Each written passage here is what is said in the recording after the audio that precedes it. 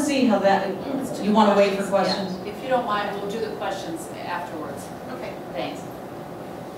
And I'm almost done. We have some now sort of, in my view, disconcerting inconsistencies with how rich our non-Medicare coverage is going to be compared to our Medicare coverage, when if you are a student of healthcare, and healthcare students tend to use that ratio of beds per thousand and days per thousand population. If you look at days per thousand population, days per thousand in a hospital, and you look at that graph, you see that from about age 40 on, there's just an upward curve. And so with Medicare, we don't have unlimited hospitalization. We have unlimited benefit periods, but you can exhaust your hospital coverage if you don't have 60 days of not using Part A services. That's a discussion for another time.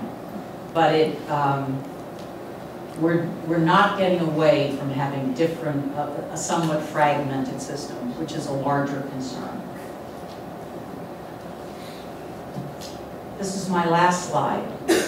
I don't think there are enough moderate views of this legislation. There's either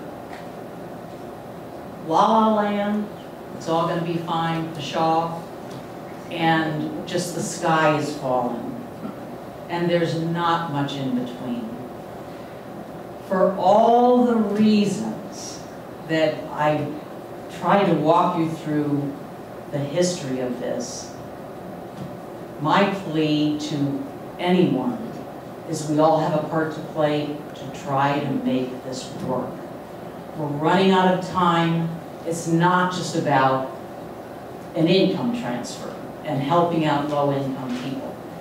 I've worked on the hospital side of the business, the insurance side of the business, the physician side of the business, and now we represent individuals.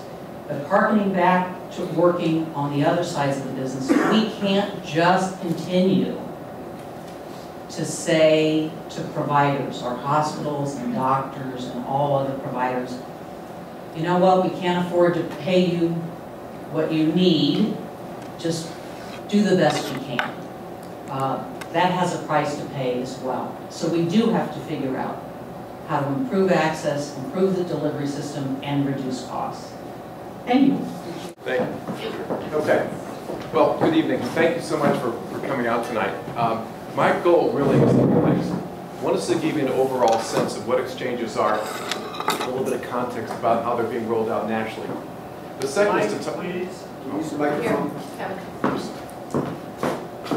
This is the first time I've been requested. Usually told me just talk less loud. The second is to talk a little bit about the exchange in Connecticut and how that's going to work, and basically the process for enrollment and such. And then the third is to talk a little bit about the vision and touch upon some of the broader issues that it's not on.